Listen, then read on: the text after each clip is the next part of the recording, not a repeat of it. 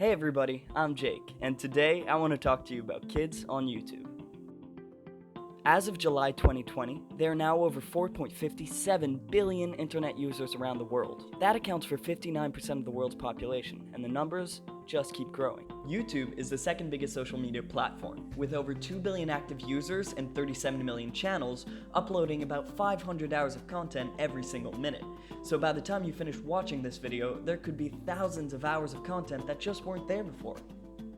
The issue I want to talk to you about today is that as YouTube keeps growing, so too does the amount of kids and families creating content on this platform. With children being placed in the spotlight to generate revenue through advertising or views, the lines between content creation as a hobby and content creation as work are increasingly blurred. Controversies, like that of the Daddy05 channel leading to a parent losing custody of his 2 daughters for child endangerment, have sparked debates in this community as to whether channels placing children or families in the spotlight and using it as a source of revenue could be considered child exploitation. To try and shed some light on this issue and better grasp the debate at hand, my friends and I decided to conduct some research on this debate, mostly surrounding France and the USA.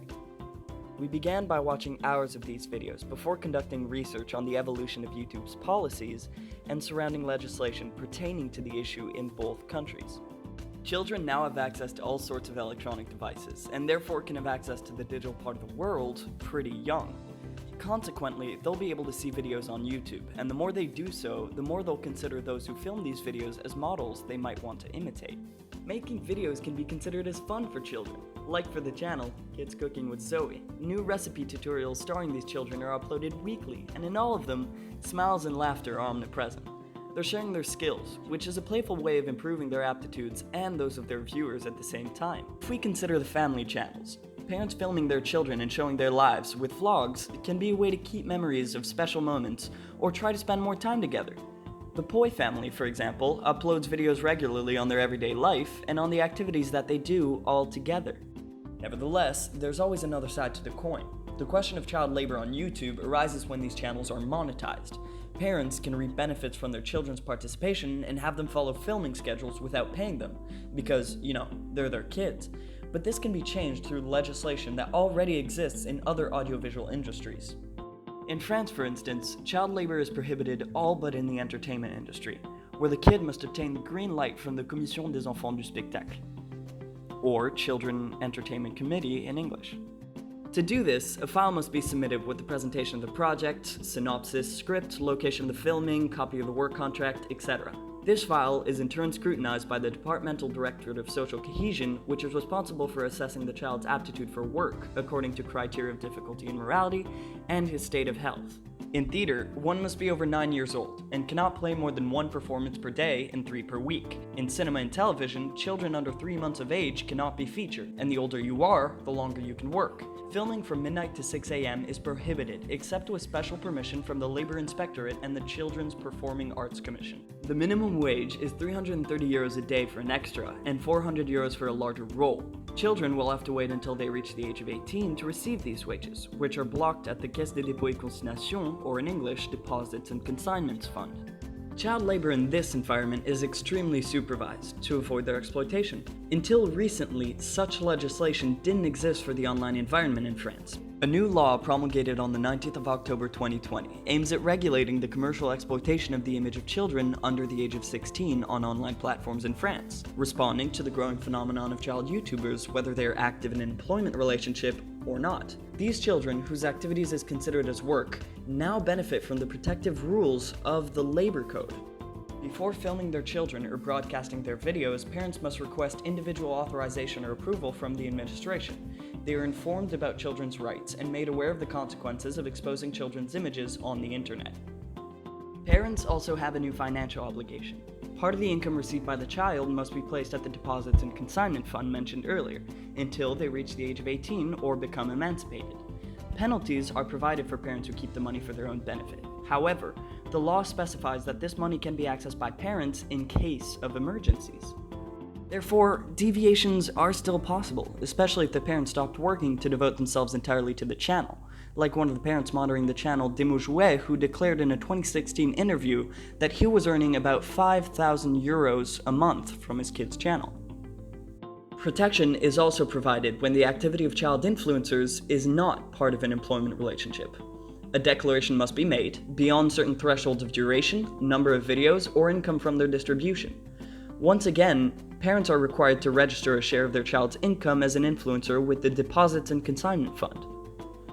Moreover, video sharing platforms are strongly encouraged by the Superior Audiovisual Council, or Conseil Supérieur Audiovisuel in French, to adopt charters to sensitize people to the consequences of disseminating these kids' images and private life, as well as to the psychological and legal risks to minors, in conjunction with child protection associations. Finally, the text explicitly gives minors the right to erase their digital footprint, as it is stipulated in the Data Protection Act of 1978. All these measures will be applicable as of April 2021. France is one of the first countries to tackle this issue and to protect child YouTubers under the law. In the United States, for instance, there's no legislation for these kids, other than the Children's Online Privacy Protection Act, which only concerns private life. However, as we've said before, the lines between family life and work life is getting blurrier for more and more channels. This lack of legislation has led to many controversies, and the weight of fixing such issues is placed entirely on YouTube, its moderators, and its community. Take the webcam video from scandal in the US. YouTubers like Pyrocynical exposed in 2017 numerous webcam videos of underage children filming themselves or being filmed in an explicitly sexual manner. These videos were uploaded by what can be called throwaway accounts, which are accounts where only one video has been uploaded or a large number at the same time. No nudity was involved in these videos, playing with what is allowed on YouTube, but the content in itself was very explicit, as explicit as the pedophilia in the comment section. YouTube reacted to the scandal by deleting more than 400 channels and their videos after some companies, like Nestle or McDonald's, refused to broadcast their ads on the platform, and after several YouTubers exposed the platform's lack of action. What this scandal exposes is that a lack of regulation opens the door to all sorts of abuses, including the worst kind. However, child labor and exploitation isn't the only pitfall in this lack of legislation. There's also the issue of child endangerment. Of course, YouTube can be a very beneficial tool for children to learn and surpass themselves, physically as well as intellectually, be it behind the camera or in front of the screen with channels such as Ninja Kids TV promoting exercise and healthier living. However, trends on the internet are uncontrollable and can often be seen as a quick way to get millions of views. The issue is that these trends have sometimes put children in situations of real danger. For example, filming one's own children in creepy or frightening situations provoked by parents, and diffusing the result on their channels, collecting millions of views and thousands of dollars in the process. Shot at home, these videos play on the family prank register, which can very quickly turn into harassment or child abuse. These channels publishing videos portrayed as harmless family pranks is sometimes of several million subscribers. However, in the case of Daddy05 or Toys Freak, videos showing children in panic, crying, or forced to play more or less unhealthy games were repeatedly published. In 2017, another controversy sparked when videos from some of these family channels came to light, where children appeared tied up with ropes, falsely kidnapped, having to play doctor with an adult, or having to ingest some dubious mixtures, sometimes containing droppings or insects. In response to these charter violations, YouTube suspended about 50 channels and deleted about 100 such videos. The site said in a statement that these measures were part of a plan to combat this type of abusive content relating to families and children. Now let's look at the comment sections. For the family channels, comments are allowed.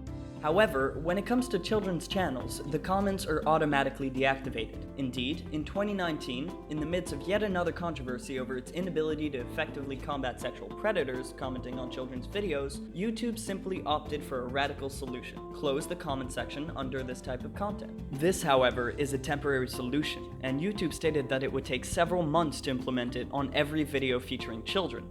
YouTube also reported that it has tweaked its algorithm to automatically analyze and delete abusive or pedophilic comments.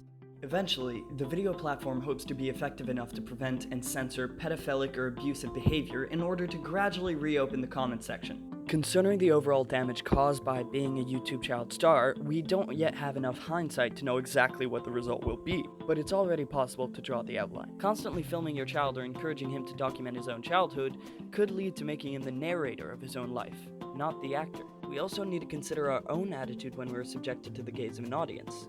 If you're photographed or filmed, you can instantly lose your spontaneity, often unconsciously, conforming to what the audience expects.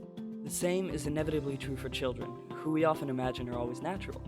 We can see in famous kids' vlogs that they overplay the character they created for themselves, reflecting the daily life of kids caught in the act, yet not authentic at all.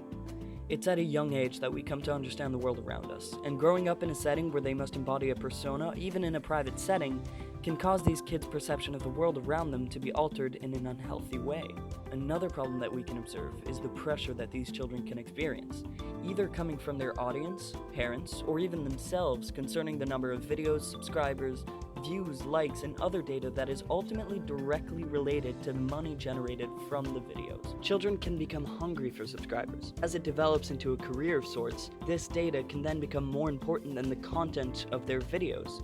Take, for instance, the Swan's Runaway video from the Swan and Neo channel, in which the 7-year-old boy in question compares the number of subscribers between his own personal channel and that of his brother Neo. In realizing that he had less subscribers, Swan decides to run away from home. This video, even if it is staged, shows the excessive importance that YouTube has taken for the young boy. In conclusion, we tried to understand how YouTube could be so successful with such a young population. It is, indeed, a great platform to share your passions with others and to broaden your mind on various topics. On the other hand, watching all these videos, we found that these child YouTube stars, without the adequate legislation and moderation, can face several consequences which can end up potentially harming them in the long run. The pressure that some parents put on their shoulders because of the monetization has considerable impact on their mental health and can lead to a biased vision of reality by these children, who are confronted to troubles and pressure they are not supposed to endure at such a young age.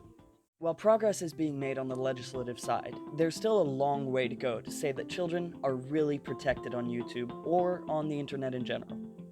While we mainly based our research on our own analysis of these videos and research on legislation, we also conducted a poll which enabled us to show you that even the public opinion reveals that this topic is difficult and should be discussed more often.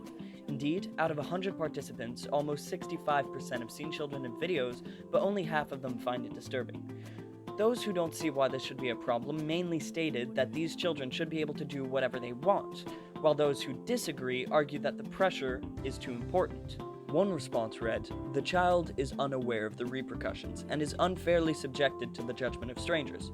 Moreover, there's no way to control whether or not the parents force them to appear.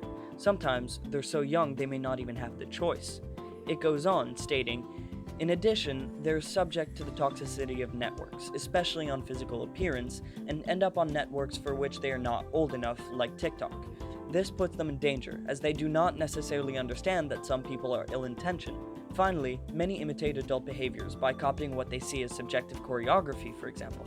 Let children be children." What's very interesting here is that YouTube is not the only platform which exposes children to some kind of endangerment. The whole social media sphere should be more regulated in terms of protection of children. Some associations, like the Observatoire de la Parentalité et de l'Éducation Numérique in France, are trying to educate schools and families on this topic, which should be a crucial part of the educational curriculum now that the digital holds such a big place in our lives. Kids have always learned by mimicking their peers. Now the children watching YouTube are seeing role models who don't just play, they perform. They're not just experiencing childhood, but constantly considering how their experiences will be perceived by an audience. That being said, in the poll we conducted, there are people who don't think child YouTubers are an issue. I'm not here to condemn them, but to show you that these kids' protection may not be as assured as it should be. On that note, I hope you enjoyed this video and now feel like you know more about the whole kids on YouTube topic. Feel free to leave us a comment if you feel like discussing the issue further or if you have any questions. Thanks for watching.